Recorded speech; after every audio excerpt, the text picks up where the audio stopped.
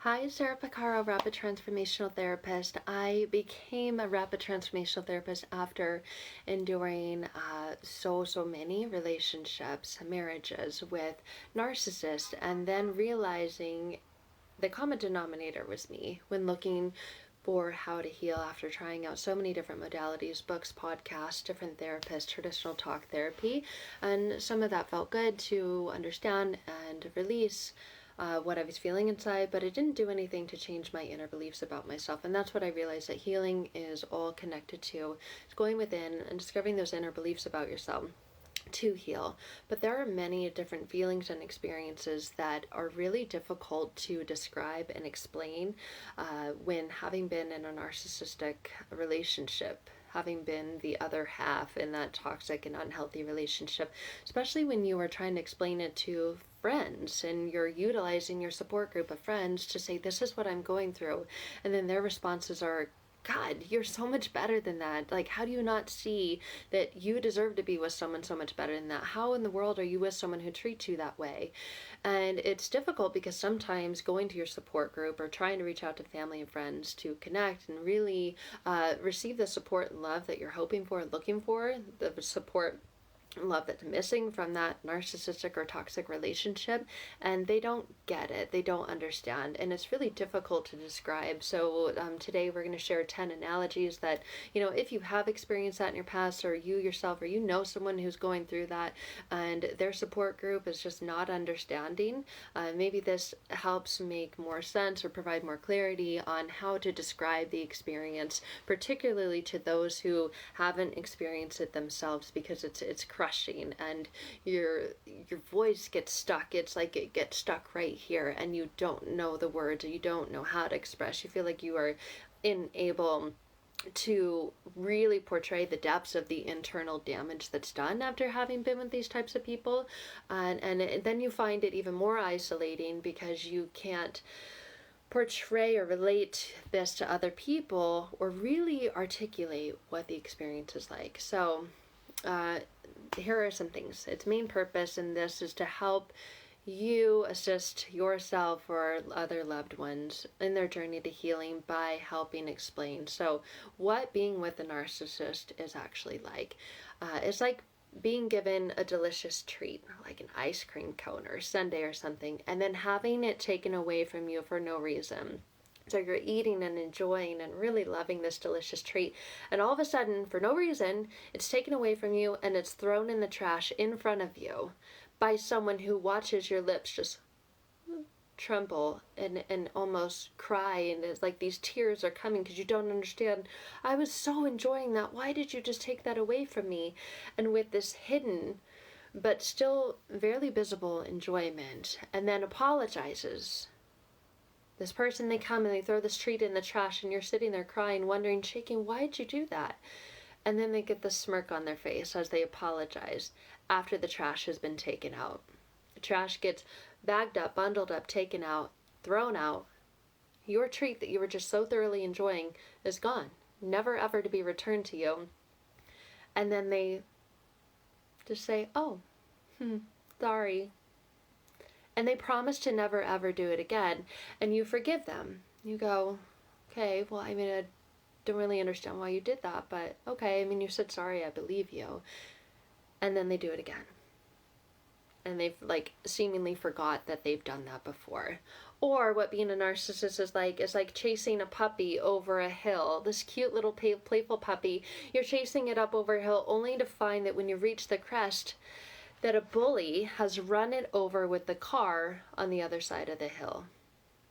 So you see this cute little puppy and you're running, you're chasing up after it, and the puppy crests the hill, you haven't yet, and then when you get there, you look down and someone has run over this puppy with their car, crushed it, left it there, killing the puppy.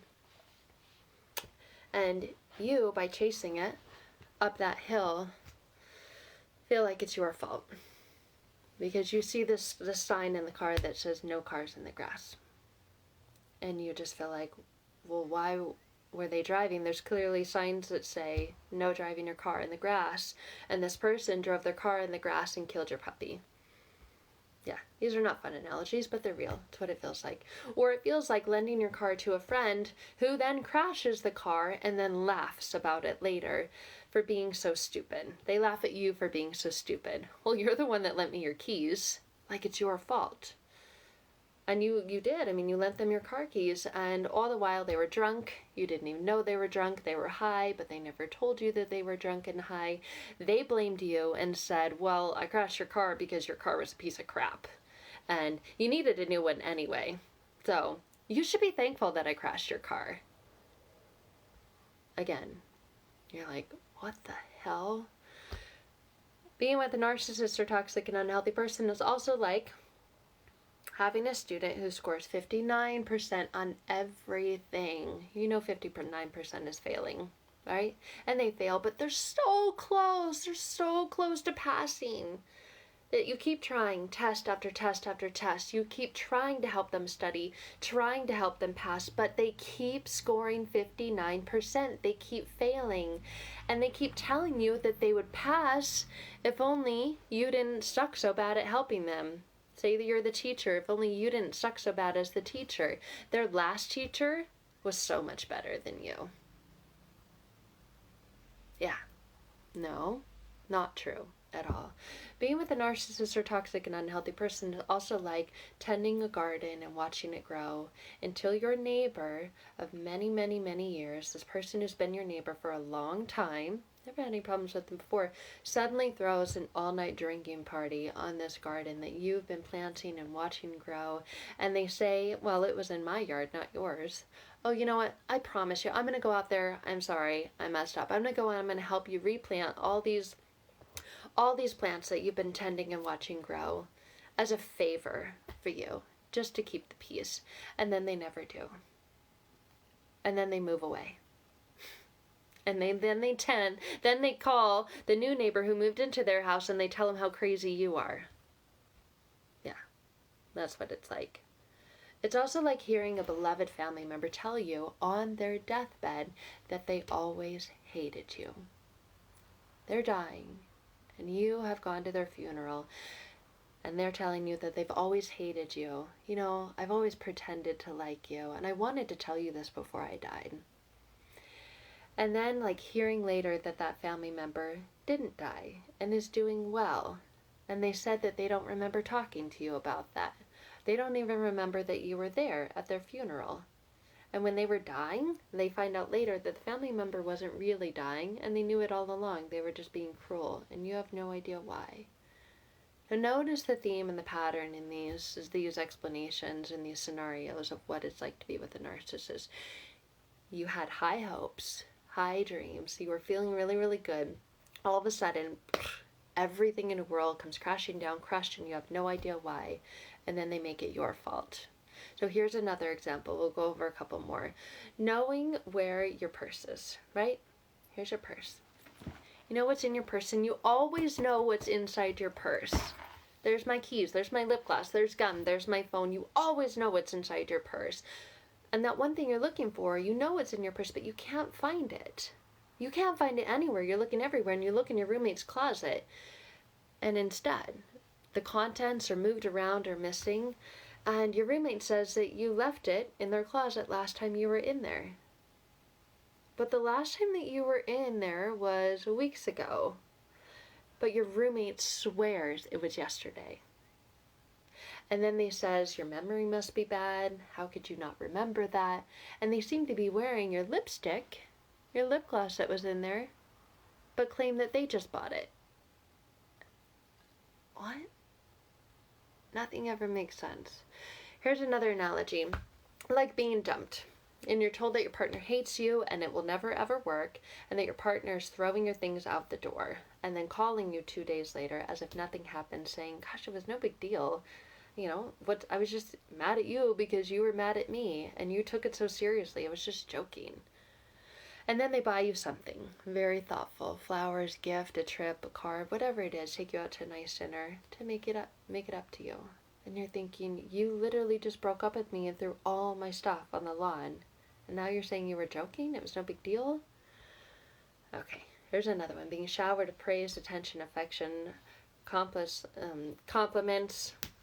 and you're sharing this dreams of this beautiful future together, what you want, how you want to have kids, where you want to live, what you want to do, until the hook is set, and then you've fallen in love because this person promised you, told you you could have all those things. Then all of a sudden your beloved starts pulling on the hook and it hurts, so you start to tug away, but it doesn't hurt them at all, and you don't understand why.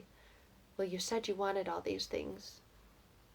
Now I'm left crushed because you're pulling away, and I went to move in with you, and all of a sudden you're saying, oh no, it's not the right time, and I just sold my house to come move in with yours, and now I'm left homeless. I have nowhere to go and live.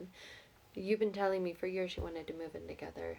Or watching the preview of a new movie, and then you go to watch it at the theater and the movie is horrible, and you stay anyway because you want to get your money's worth, and you think it's only a 2-hour long movie and it's a 4-hour long movie, and then you're just tired, you're exhausted, all you want to do is go to sleep, even if it's in the chair surrounded by strangers. Instead, you just want to go lay in your own bed at home, and you fall asleep because you're exhausted, and you get locked inside the movie theater, and then you're late to work the next day because you're locked inside this movie theater. So these are different examples of narcissistic abuse.